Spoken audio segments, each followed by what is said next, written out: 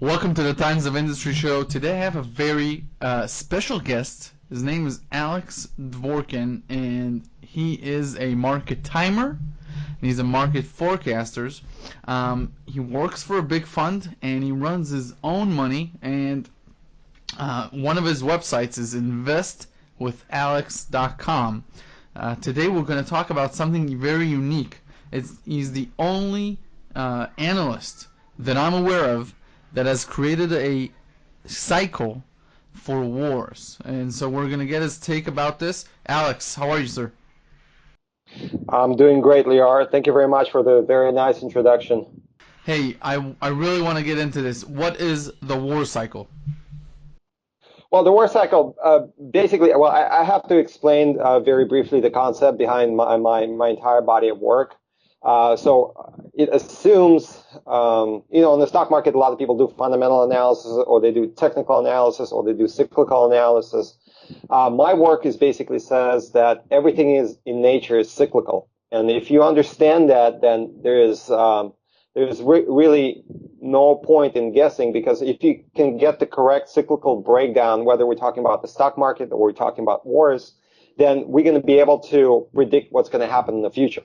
And I see it every day in the stock market. And what was interesting to me is that when we got into a certain period of time in the future, I saw a complete collapse. And this period of time is coming fairly soon. And that made me wonder why. So obviously there could be fundamental reasons, overvaluations, what have you. But I was wondering if it aligned with something else. So that kind of got me into the war cycle. And I've been studying that for quite a few years.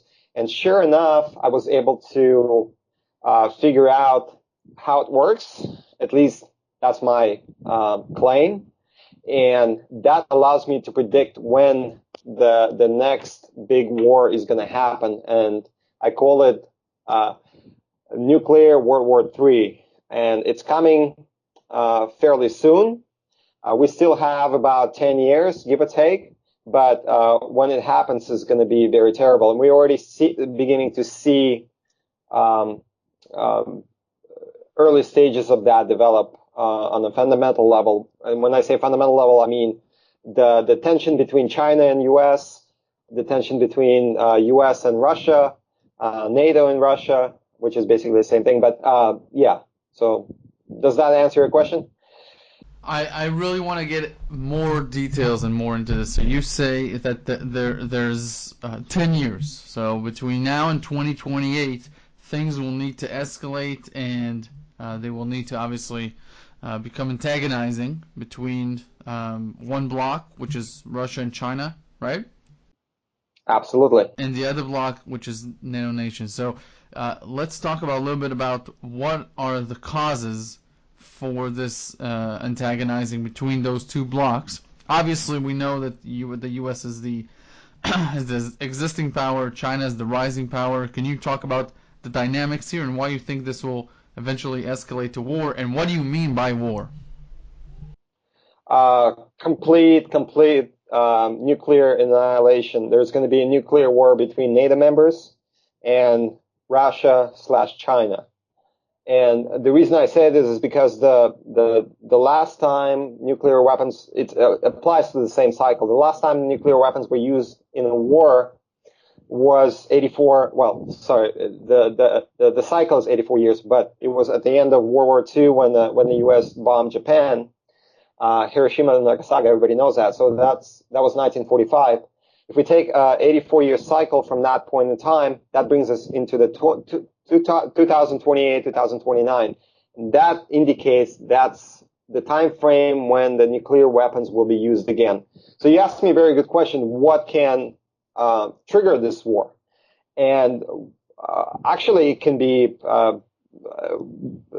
I'm surprised what's happening today is already happening, because in reality, it could happen today, just because of the situation in Syria. Just yesterday, the NATO, I forgot her name, but NATO member, senior, somebody, a woman came out and said that, listen, Russia is developing these weapons. and we have the capability and the right to go ahead and strike them. Well, that's completely crazy, because if NATO members or any NATO state strikes Russia, it would mean an immediate war. 2 days ago, the Interior Secretary of the U.S., I forgot his name, but I wrote about it on one of my websites, came out and said, listen, we should blockade Russia. He was talking about Syria, but he implied that, listen, we can do a naval blockade of Russia anywhere. And that could lead to an immediate war. But my point being is that they're already talking about it today. My work indicates that it's going to take 10 years, and there's probably going to be de-escalation over the next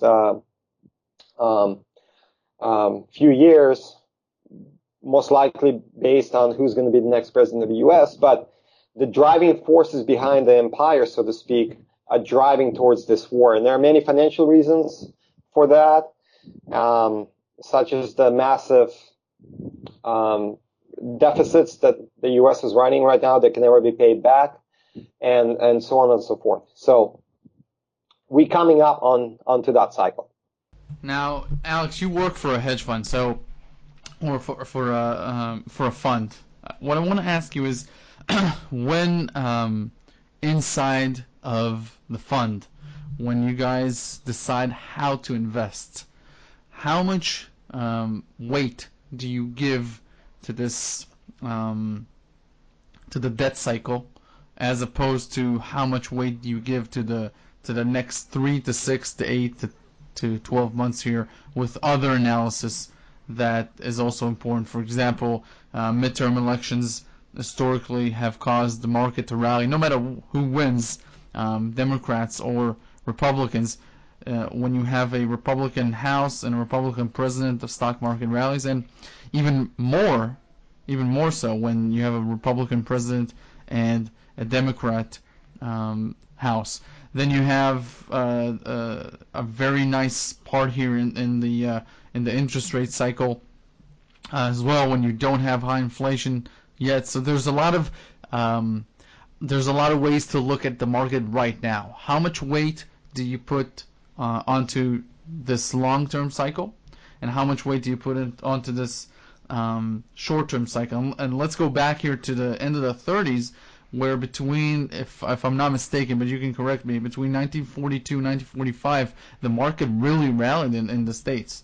So, kind of talk about how the markets work inside of wars, even world wars. Sure, absolutely. And that you bring up a very interesting point. Also, if we go back to before that, to the Civil War in the United States that started in 1960. Actually, not very few people have the chart of the Dow going back. I have a chart of the Dow going to the first day, to the May of 1790. That's when the trading began. But the market actually bottomed in 1860, and then staged a massive rally, something similar to what happened between 1995 to 2000 on the Nasdaq. Between 1860 and 1865. So during that entire period that the country was involved in a civil war, the market rallied. So the question becomes, well, why wouldn't it rally when the next war hits? Because it's going to be a complete annihilation. It's going to get as bad as it worse. I mean, Russia's going to launch all of their nukes at the U.S., and the U.S. is going to launch all of their nukes at Russia and China, and it's going to. I mean, the cities that are standing today will not be standing when the war, when that nuclear exchange will take place, and therefore the market itself has no reason to rally, because everything's going to be gone. So it actually shows a complete collapse during that period of time.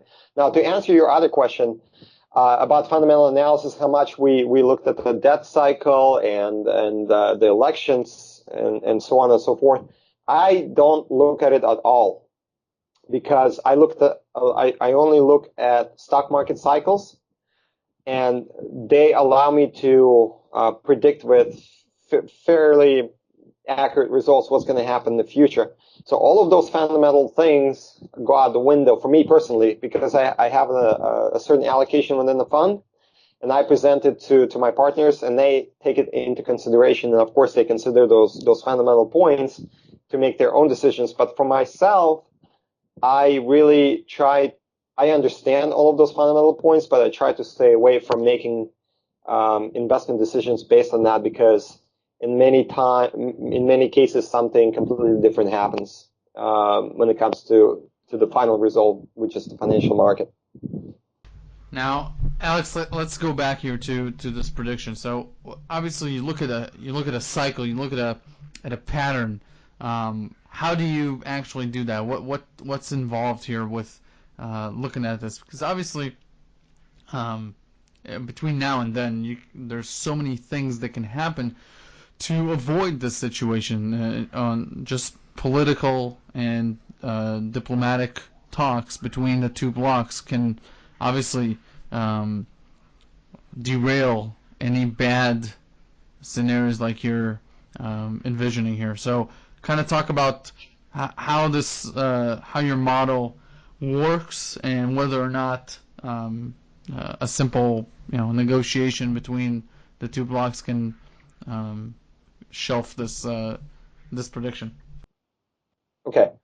The easiest way to answer that question, Leon, is basically it's a different way of approaching completely different way of approaching the market, and completely different way of thinking.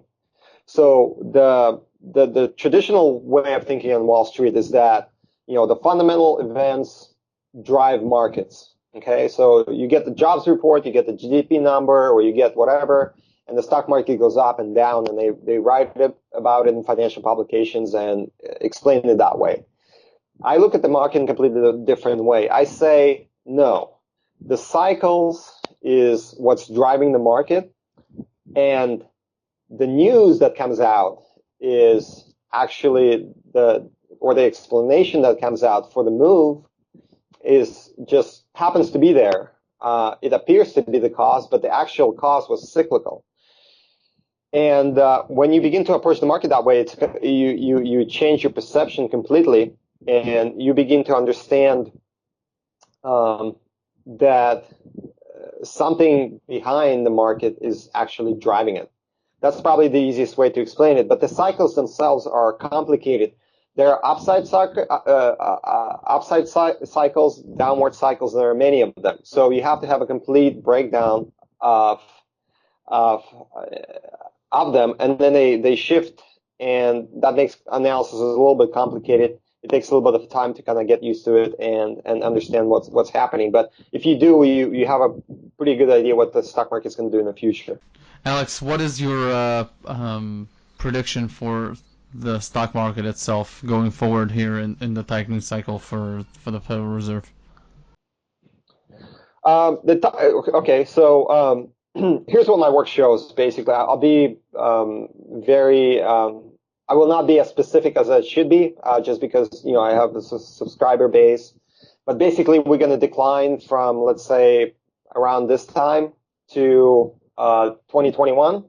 There's going to be a significant decline. The extent of the decline is a question mark at this. Well, I'm looking at two targets, okay? And one target is not that bad. It's going to be a substantial decline, but not that bad. But the other target is very, very bad. We're talking about Dow going down all the way to 6,000, possibly even lower. So that would be a complete meltdown. Which target we hit really depends on the time compression by the time we get there. So, for example, if we're getting to the first target by 2020, then you begin to realize, listen, we're not going to go down another 10,000 points. So this is where the market is going to bottom. But if the market breaks below that support level that the first bottom was supposed to be, and it keeps crashing down, then we understand that, listen, Dow is probably going to bottom at around 6,000 by 2021. Okay. So what is going to happen to the Federal Reserve is that, they came out, I forgot, Powell came out I believe 2 days ago, and he said that the economy is basically as good as it gets. We're going to keep hiking rates. So that's exactly what they're going to do until they break the market again, just like they did in 2008. And then they're going to go all the way down to zero again. And depending on how bad things are, they're either going to introduce additional QE, or maybe if the first target is in play, then maybe they're just going to go down to zero and let the market recover. But if the Dow goes down all the way down to 6,000, then they'll probably start introducing additional QE, and the market's going to recover after that. Now let's go over the Dow Jones real quick. So you got 3M, which is one of the best companies on the planet: American Express, Apple, Boeing, Caterpillar, Chevron, Cisco, Coca-Cola, Disney, Dow DuPont, ExxonMobil, Goldman Sachs, Home Depot, IBM, Intel, Johnson & Johnson, JP Morgan Chase, McDonald's, Merck, Microsoft, Nike, Pfizer, Procter & Gamble, Travelers, which is a great insurance company, United Technologies, United Health, Verizon, Visa, Walmart, and Walgreens. So the Dow is trading over 25 at this point, over 20, almost 27,000 points. To get it down to 6,000, you would have to have sellers, so shareholders, who are willing to depart from these 30 companies at a quarter of what they're priced at right now. Now, just to give you why would there be so much forced selling, liquidation, panic? Because we're talking about a situation where these companies are not distressed. These are not companies that have huge debt obligations. They're not levered up. If anything, they're some of them are attractively priced with good growth prospects. So what will cause investors and smart investors, shareholders of these companies, to dump these companies? I'm just looking at all of them.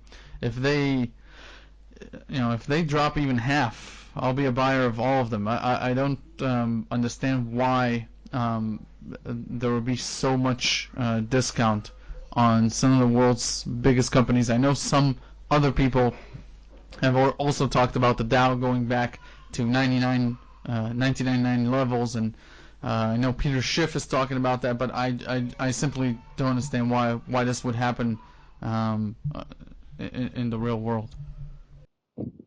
Well, it really depends how you look at it. I'll give you an answer based on the fundamental reasons. So everything is extremely overpriced. The valuations levels we're sitting at today are some of the highest in history. I argue that they are the highest in history because based on numerous indicators, we can talk about the Buffett indicator, we can talk about the Shiller PE ratio, but basically all of them agree. We are above 2007 peak. We are above 1929 peak on many valuation levels. We are just below 2000 level. Okay. But I argue the bubble today is bigger than 2000, because in 2000 it was mostly concentrated in technology companies, and the rest of the market was earning money and so on and so forth. But today it's the entire market is extremely overvalued. So Shiller's PE, I actually wrote a piece about it today. Shiller's PE, adjusted PE, which is a very accurate way to measure market over a long period of time, is at 33 today. Okay, 33. The mean is 16. Okay, so the proper valuation of the market should be 16. So that in itself gives the market a 50% haircut. Okay, now we can argue that, listen, everything that we're seeing today, the good corporate earnings, it's all a mirage of sorts, because the Fed pumped a tremendous amount of money into the system, and everything kind of floated up. And the companies are using money to repurchase their stocks, and so on and so forth. So basically, we can argue that, listen, when the next recession hits, all of the earnings will collapse, and all of a sudden the Shiller PE that's currently sitting at 33 becomes 50 or 60. And at that point in time, it makes sense that to go to the mean 15 or 16, it has to go down. The market has to go down 70 or 80%, which would put us to that secondary target. Now, I'm actually thinking that we will hit our first target by 2021 and then bounce from there, which is around 14, 15,000 on the Dow. But it is quite possible that it's going to get so bad that we'll go all the way down. And what's going to cause people to sell? Just pure panic. I mean, nobody likes to lose money. People just sell and say, I'm done with this market. I mean, that's psychology, I guess. Alex, very interesting. Where can people check out more of your work? I have two websites. One is investwithalex.com, and that one is basically that website concentrates on my financial analysis and cycle work if people are interested in what the stock market is going to do. Short term or long term, they'll free to visit the website and read the blog for free or subscribe, whatever they want to do. And the secondary website I have it's called Market Spartans, and that website basically concentrates on both financial analysis and my war cycle. I'm really trying to make people aware that something terrible coming down the pipeline, and most people are not listening, but maybe some will, and hopefully they'll benefit from that. So, what are you doing in light of it? In light of what you're talking about, a nuclear attack on the world's biggest countries in 10 years. What are you doing personally to prepare? Fair question. It's I'm creating a base outside of the U.S. That I will possibly use when that time comes. I know when we talked about before the official interview, I told you where I am. So I'm building a house there, and hopefully it doesn't come to that. But I'm going to spend the next couple of years trying to figure out what would be the best place in the world to be in order to avoid the complete cataclysm and survive and prosper while unfortunately everybody else suffers. But there's nothing we can do. I thought about trying to prevent it or do something, but it's nearly impossible just because of the way our worldwide power structure is today. It's like talking to a wall, basically. Okay, Alex, very interesting stuff. Thank you, sir, for being on the show. Thank you very much, Lior.